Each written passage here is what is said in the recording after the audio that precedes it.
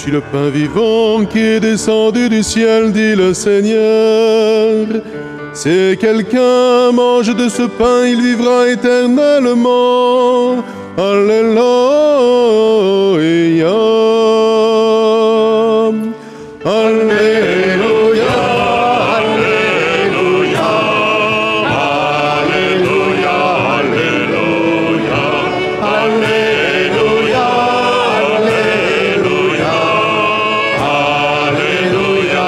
Alléluia. Le Seigneur soit avec vous. Évangile de Jésus-Christ selon saint Marc. Gloire à toi, Seigneur.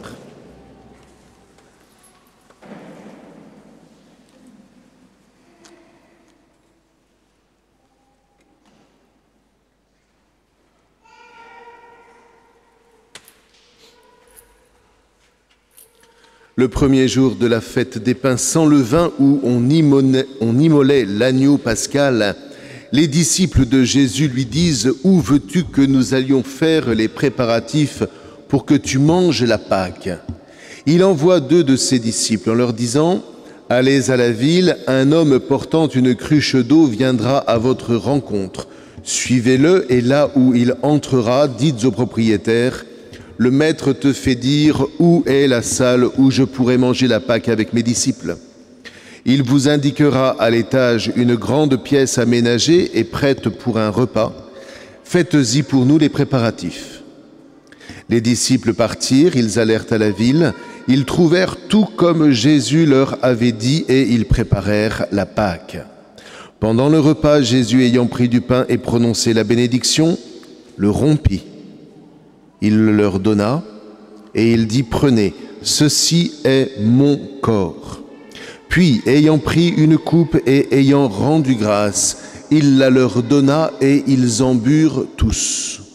Et il leur dit, ceci est mon sang, le sang de l'alliance versé pour la multitude. Amen, je vous le dis, je ne boirai plus du fruit de la vigne jusqu'au jour où je le boirai nouveau dans le royaume de Dieu. Après avoir chanté les psaumes, ils partirent pour le mont des Oliviers. Acclamons la parole de Dieu. Louange à toi, Seigneur Jésus.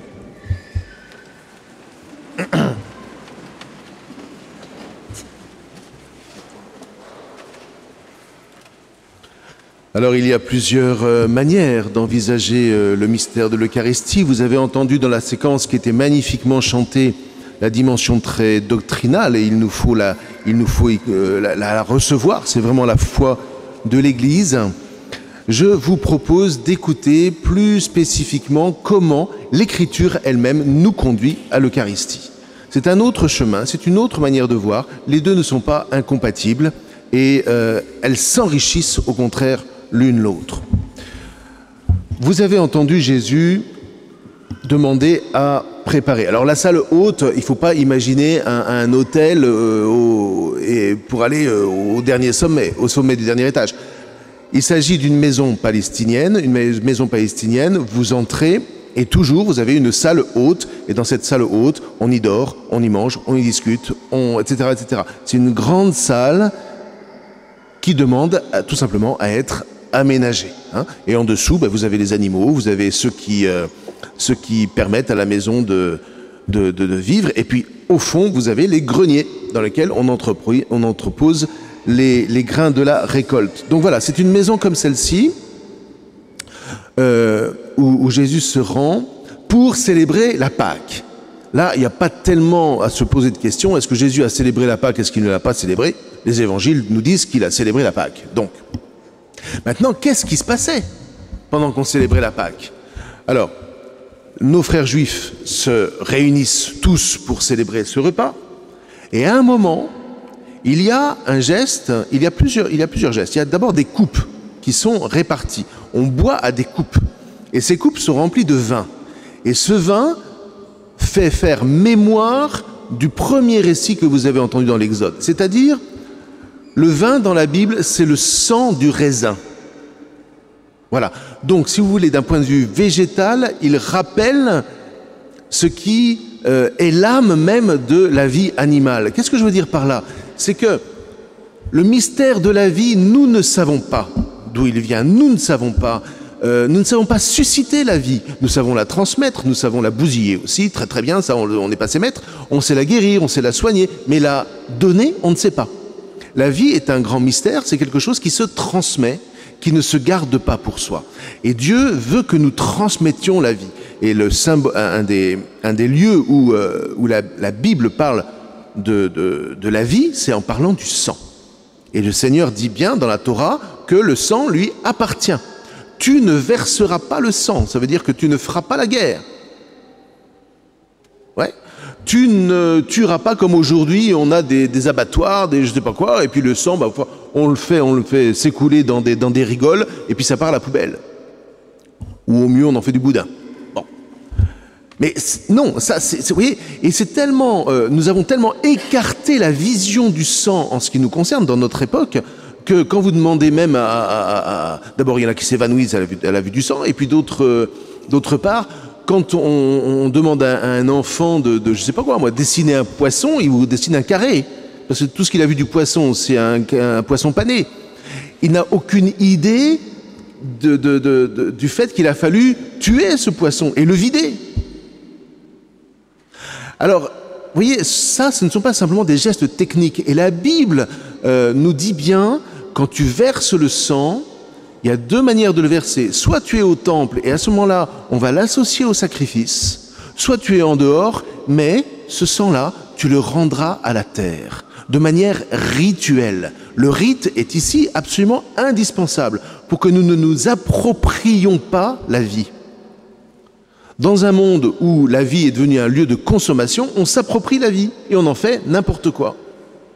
Et là, vous voyez, même en célébrant l'Eucharistie, nous nous rappelons que la vie ne nous appartient pas. Nous ne sommes pas les propriétaires de notre vie, nous ne la donnons pas, nous la recevons pour la transmettre. Et le sang est ici quelque chose d'essentiel. Alors revenons au texte de l'Exode que nous avons entendu. À un moment, vous avez vu que Moïse prend le sang des animaux offerts en holocauste et asperge sur le peuple. Si on a compris que le sang c'était le signe de la vie, ça veut dire que l'alliance que Dieu scelle avec son peuple, c'est une alliance de vie. C'est pas simplement un cadre qu'on met pour que soyez gentils, dites bonjour à Adam, bouchez votre nez. Non, c'est pour la vie. Je vous entraîne dans un chemin de vie. Donc tout ce qui pourrait avoir trait à la mort qui verse le sang, vous l'écartez de votre votre existence.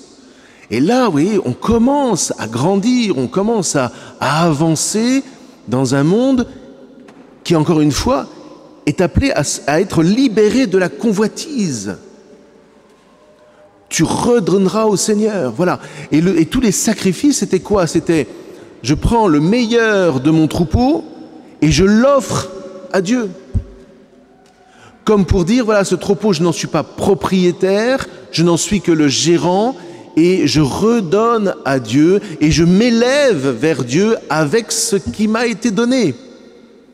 Nous nous élevons. Lorsqu'on offrait les sacrifices dans le temple, ceux qui offraient s'élevaient avec la victime. Et il y avait un rite très particulier.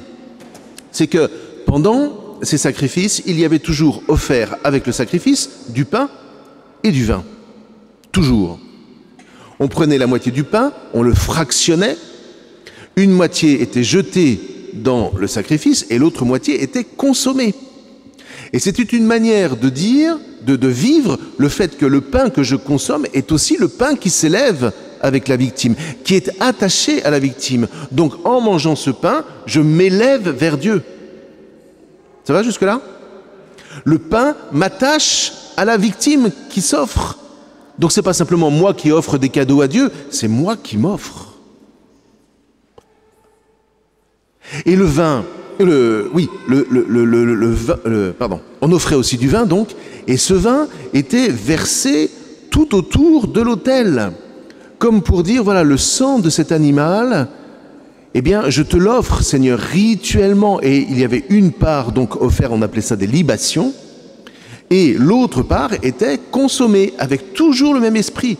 En consommant ce vin, je m'attache à la croix, au sacrifice, pardon, et je reçois de Dieu à nouveau cette vie.